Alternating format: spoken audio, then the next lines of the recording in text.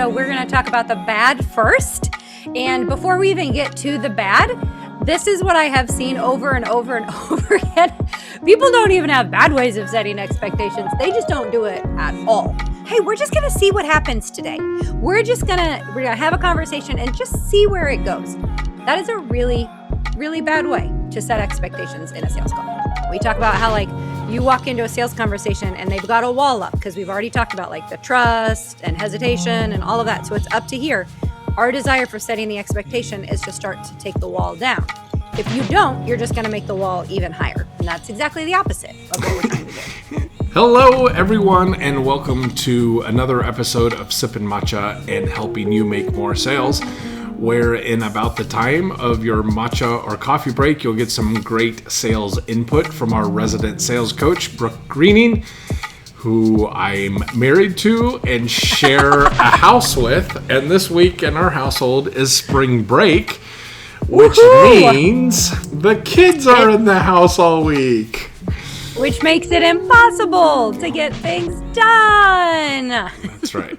So we're bribing them now so we can record our episodes and that. But no, it'll be fun. We're looking forward to it. It's Easter, which is a big, important holiday for us and celebrating our faith. And that the kids being home does provide its own unique challenges. But we're excited about that. And we're continuing our series on setting expectations. So in the first episode, we talked a little bit about setting expectations is basically letting people know what's going to happen in the conversation so that they can, one, relax, and then they can more easily engage in the conversation. And then we talked about all sorts of reasons why it's really important to do that. Not the least of which is because it sets you up for success by paving the way for some of the hard parts of the conversation, like talking about price and investment and those types of things. But it also sets your customer up for success because they feel like they know what's coming.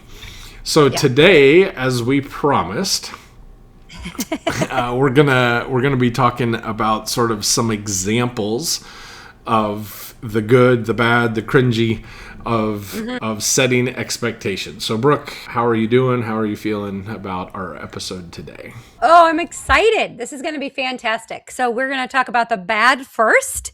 And before we even get to the bad, this is what I have seen over and over and over again. People don't even have bad ways of setting expectations. They just don't do it at all. So I'm going to give you an example first of how you've just completely skipped over this. And so if you start your sales conversations and you say, hey, how about you tell me about your business? You have completely skipped over setting expectations at this point. And that is not good. And I can give you those reasons why. Yeah, and I think we're going to probably come back to that phrase when we get to establish rapport, because that's another thing, and you'll have some more advice here. But let's just start with, why is that a bad way to set the expectations, or not even to set the expectations on a sales call? Yes. So if you start and you say, hey, tell me about your business, then I know you actually don't set the expectations. So I'm not saying that to be judgy or to be mean. I'm just saying that is a clear indication that that's not happening. This is why this is not a good question. And this is why it's not something you want to lead with in the beginning. Whether you mean to or not, when you say, hey, tell me about your business, you are literally screaming, I don't know about your business. I don't care about your business. I didn't do any type of research before this conversation happened to do that. I know there are different circumstances. I know there are times that we don't have any time to prepare. They're calling us. I get that. But I am telling you, when we are talking about our whole service framework, when we have the ability to be able to do a little bit of homework and understand and to prepare for our call, we do not want to ask this question because it literally tells them, I know nothing, and you're giving it over to them. You've now given them control because now they have to lead the conversation. They have to come up with the questions, and that is not something that you want. You're not ready to give the control over yet. And now they can just start asking you just whatever question they want. They can be like, well, yeah, this is my business. And I was wondering, da, da, da, da, da, da. You have just handed them everything. And that's not the best way to serve them. So that's how you know you don't even do it. Yeah, and that's the phrase there. That's not the best way to serve them. Again, this is not we're afraid to give away control because then they're out of our sneaky little grasp and we're going to pull some trick on them. No, there's the service sales framework, which we're working through. This is step one. Like, this really is the best way to serve them. And just like having an open-ended like conversation is not the best way. You're the guide. You're the expert. Yes. Like, let's do that. When you give it over to them, now they have to run the whole thing. And that's not what they probably had signed up for. And that's not going to be very comfortable for them. And we go back to the point that they came to you because we're talking to service business leaders. We're talking to people who are offering services and products to be able to help people in their business normally. And so when that is happening, you are the one that is the guide. You're the expert. We don't take that to lord it over them. That's not what I'm saying. But I am saying they don't even know necessarily the questions they need to ask to make the right decisions. That is our job, to be able to help guide that conversation. And we're going to talk about this over and over again. You can guide the conversation, but you're not going to be talking the whole entire time. But in this moment, we are not handing it over. We are going to own that. Great. So the worst example, if I could put it that way, and hopefully we're gently stepping on people's toes, but I'm probably not. is that if you start with something like, tell me about your business, that basically means you're not setting the expectations at all. No, you're not. So then let's keep stepping on some toes and talk about some other bad ways. Instead of just skipping it, what are some bad ways that people can set the expectations? So when we start talking to people and helping them to know, hey, we need to set the expectation, then they kind of swing all the way to the other side. And it almost becomes like this script. And it can go on and on and on. And we're like, no. This is a very short, maybe 15, 20-second thing that we're going to say. So if it's going on and on, that is not a good example of setting the expectations. If it feels scripted and not authentic, like, well, thank you for meeting with me today. Today, I'm going to share with you what I do and the investment, and then see about us moving forward. That is too scripted. That's not a good thing. You can completely tell also if people's faces are like, or they look at you like this, like any of those facial expressions is telling you that that's not going in the right direction. Or if you start seeing them, if you're on Zoom and you start seeing their eyes going, or they're trying to open up different windows, all of those are telling you that it's not you're not setting the expectations in the right way. And then the other thing is you don't have any structure. So another bad example, and I've heard it happen very many times. They're just like, hey, we're just going to see what happens today. We're going to have a conversation and just see where it goes. That is a really, really bad way to set expectations in a sales call. Yeah. And so I'll say I've probably done all of those things. And I know that I've done at least a couple of them, like when I've had to take a call and maybe it wasn't exactly when I thought it was going to be or that. So I end up taking a call in the car and you're sitting in the passenger seat. And we should film it sometime for America's Funniest Home Videos, because Brooke's reactions to bad sales calls are comical. I have a visceral reaction when people are not doing it the right way. And I want to be careful because I don't want people to be like, well, I don't want to work with her. That's not it. Like, I try to be very compassionate and helpful, but if I can't protect my face. Right.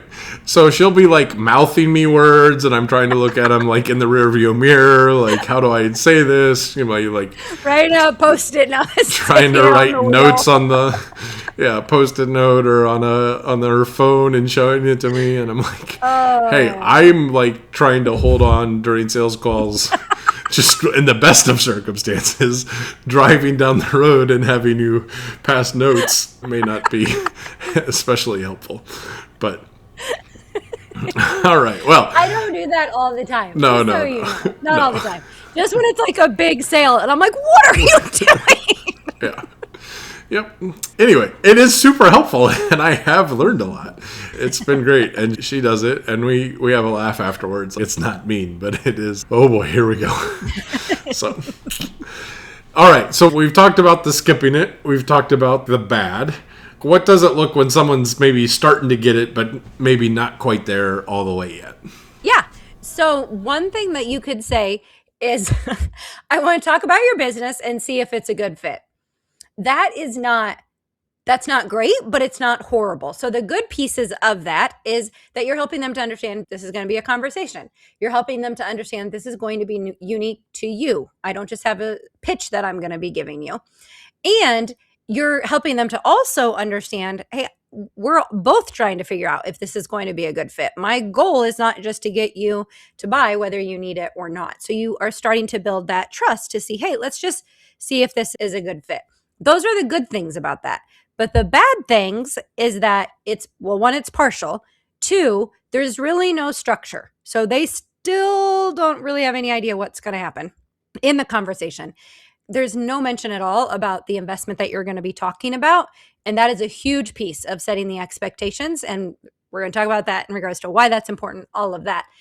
But you have to be able to bring that into play. And then the other thing is it's just very vague. So they're still going to be confused and they're still what they're doing. And I want you guys to understand this. When you're having a sales conversation with someone and it's not clear what's happening, they don't know what to expect from this conversation. They don't know if investments are going to be talked about. They don't know what's going to happen. They are literally trying to figure things out as you're talking. That's how they're checking out. They're literally trying to figure out, do I have to get on another call? Is this going to be a bait and switch? Do we have to do a proposal? You don't want them having all of those thoughts rattling in their head. You are trying to help them to know this is what we're going to talk about so that they can relax and engage in the conversation. When you don't do that or when it's vague, they're still thinking about what is coming next. And that's how you lose them. Yeah, I think the confusion always generates hesitation. And in a sales call, if people are hesitating, if there's legitimate questions and you need to have another call, okay, that's fine. That's one thing. But if they're just like, I don't even know what's coming up next, it puts them on edge and they're like, I really don't know about this. I don't feel comfortable. I don't know where we're going. And instead of feeling like they trust you more, they actually probably feel like they trust you less. Yes. Yeah. Yeah. So, when you dive in and we don't set the expectation at all, that trust factor goes down and it's already pretty low to start with. So that's not what we want. We talk about how like you walk into a sales conversation and they've got a wall up because we've already talked about like the trust and hesitation and all of that. So it's up to here. Our desire for setting the expectation is to start to take the wall down. If you don't, you're just going to make the wall even higher. And that's exactly the opposite of what we're trying to do. It tends to become a problem. Yeah. All right. So now we had the non-existent setup. We had the bad setup. We had a little bit of the cringy moments that I've caused you in the past. And then you gave us the almost there version. Yep. So what's a great way to set the expectations? So, and we're going to talk about that next week in regards to how to structure that. But something that I say on a regular basis, I encourage my clients is just, hey, I just want to thank you so much for being able to meet today. The goal of this whole conversation is to really understand kind of the frustrations you're facing in regards with your business, your sales conversations, and just to see if I can help. If I can, that's great. We're going to talk about that investment.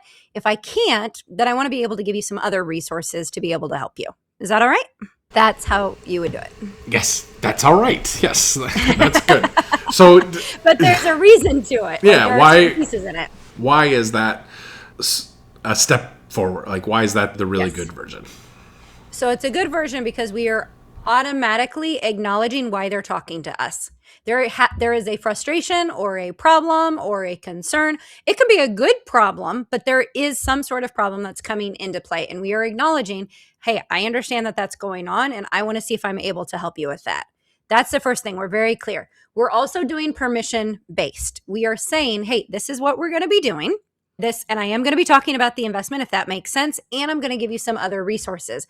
We're getting it permission-based and we are also having it be low pressure, but it's still very much intentional and it is leading the conversation. There is no question in who is in control and who's leading the conversation, but it's in a gracious way. Very, very gracious. Yeah, that's your secret superpower is doing these things very graciously.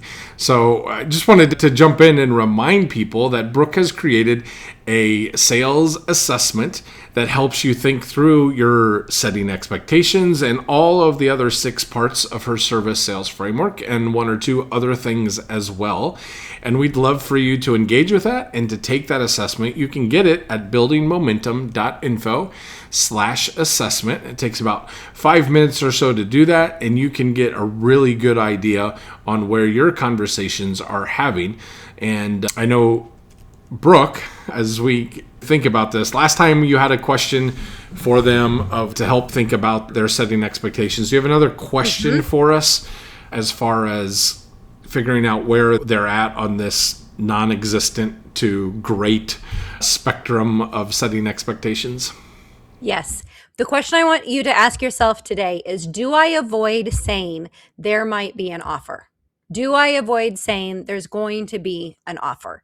If you are not letting them understand that there's going to be any type of conversation about the investment or how you're able to help, now we have missed a huge piece of setting the expectation. And please remember, they are on a sales call. You can call it sales call, discovery call. Like, they are coming to you trying to figure out, is this someone that I want to be able to invest with to help solve my problem? And so they are expecting those things. So do you avoid saying there's going to be an offer or saying we'll talk about the investment, or do you not? That's going to be a big piece of setting the expectation. Yeah, and honestly, this has probably been one of the most helpful parts of learning to set the expectations for myself, because I'd always start to get real nervous and funny when it came to talking about the money part. I want to help people, I want to serve them, and all of that. But what it does for me, and this might not be how everybody processes it, but for me, it makes myself accountable at the very beginning. Oh yeah, I said I'm going to talk about this. I got to follow through on what I said, and so then it just helps that part of the conversation a lot. Yes. And then they're expecting that, and then they know.